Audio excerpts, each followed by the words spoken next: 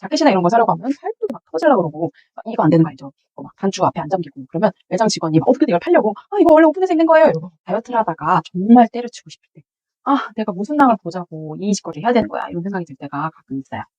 저는 60kg에서 한 5에서 7kg 정도 감량해야 할 때는 이런 생각이 안 드는데 80에서 20kg 이상 빼야 되는 상황에 처했었을 때는 항상 가야 할 길이 너무 멀고 긴 시간을 꾸준히 해야 했었기 때문에 중간중간 다 때려치고 싶고 답답하고 정주행에서 너무 답답할 때가 많이 있었습니다. 그럴 때마다 저는 제가 왜 체중 감량을 하려고 하고 있는지 그 근본적인 이유에 대해서 다시 생각하고 이렇게 일기를 쓰곤 했었는데요. 이렇게 글로 내 다이어트의 이유와 목적을 정리해 나가면서 마음이 많이 정리되고 지속적으로 해나갈 용기와 힘을 얻곤 했었습니다. 지난번 영상에서 저희 다이어트 역사에 대해 다룬 적이 있었는데요. 더보기란에 링크를 달아줄 테니 궁금하신 분 한번 보세요. 그 영상에서 나온 21살에 2차 다이어트를 하게 된 계기에 대해서 이야기를 나눠보려고 합니다. 그 당시 다이어트를 결심하게 된 계기는요. 첫 번째, 옷을 사는 이 단순한 행위에 의사결정권을 찾기 위해서였어요.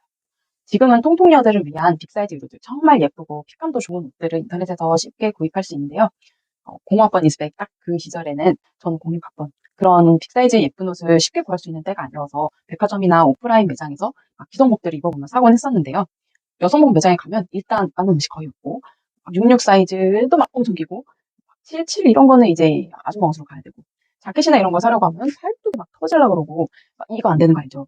막 단추 앞에 안 잠기고 그러면 매장 직원이 막 어떻게 이걸 팔려고 이거 원래 오픈해서 있는 거예요 이러고 걸수록 나를 내가 봐도 이거 좀 별론데 굉장히 소심했던 저는 그냥 그 마음에 들지도 않는 옷을 사서 어거지로 입고 다니곤 했었습니다.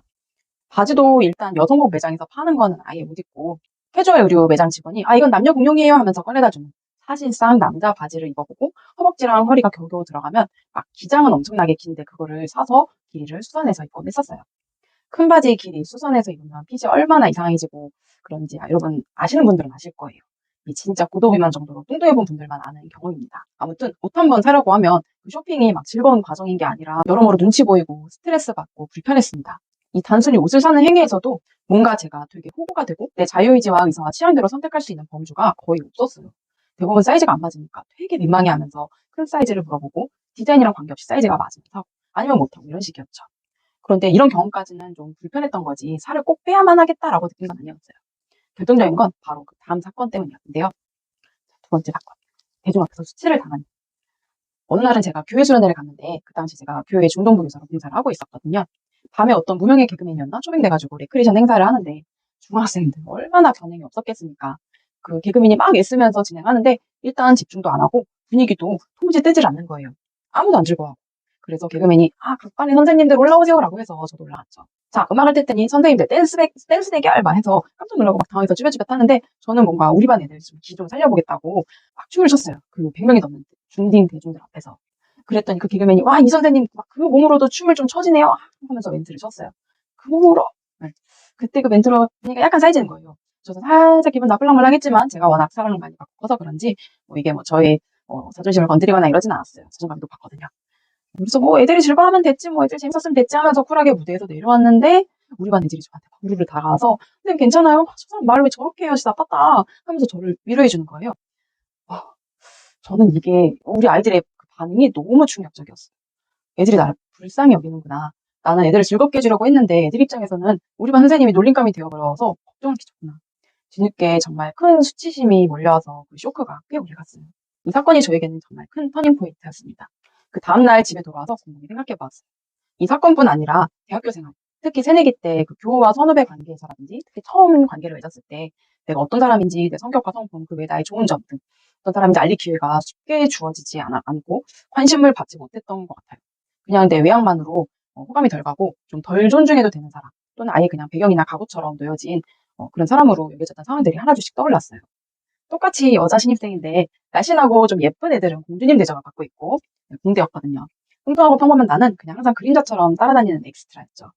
술자리 이런 데 가면 좀 그런 대우의 차이가 조금 더 노골적이었어요. 내가 어떤 사람인지 나란 사람의 가치를 보여줄 기회도 없고 좀 무시해도 되는 좀 막대해도 되는 존중해줄 필요가 없는 그런 사람 취급을 받아왔다는 게 조금 억울하게 느껴지기 시작하더라고요. 그러면서 저를 바꾸기로 결심했어요. 내가 나 자신, 내 몸뚱이도 못 바꾸면서 남의 생각과 행동을 어떻게 바꾸겠어. 사람 바꾸는 게 얼마나 어려운 일인데. 남을 바꾸는 것보다 나를 바꾸는 게 훨씬 빠를 거야. 날 바꾸자. 보여줄 게 완전히 달라진다.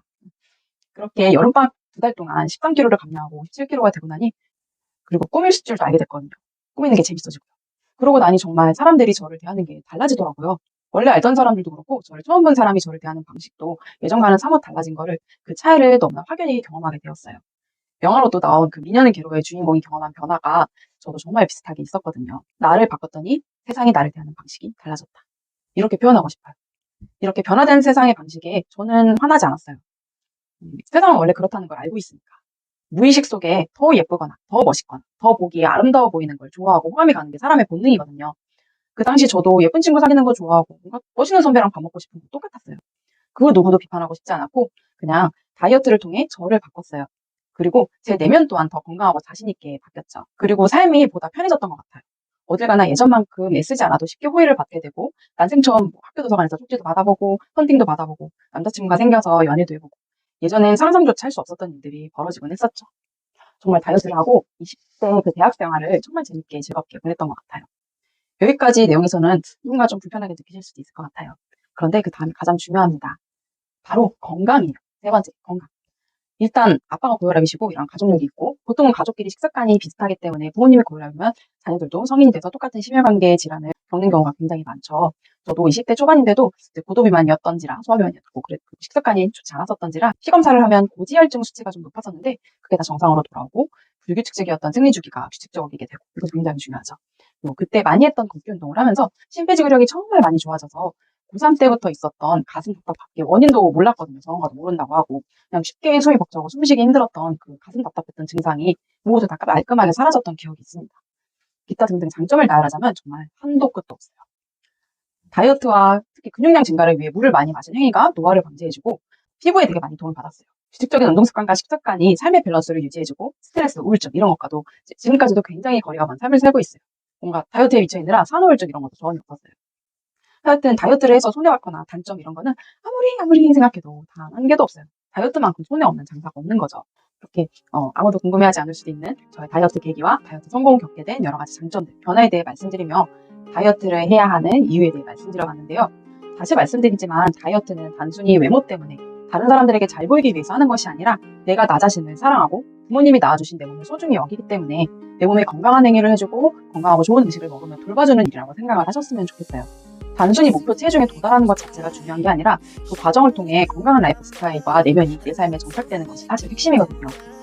여러분도 뚱뚱한 외모 때문에 부당한 유혹을 받았거나 정말 상처받는 말을 들어본 경험이 있거나 건강상에 여러 가지 어려움을 겪어봤던 우울증 같은 걸 겪어봤던 경험이 있으시다면 이렇게 댓글로 알려주시면 감사할 것 같아요. 그거에 대한 극복 과정도 혹시 좋은 것이 있다면 알려주시면 너무 좋을 것 같아요. 지금까지 영상 시청해주셔서 정말 감사합니다. 좋아요와 구독 눌러주시면 컨텐츠 제작에 정말 큰 힘이 될 것 같아요. 오늘도 건강하고 행복한 하루 되세요. 감사합니다.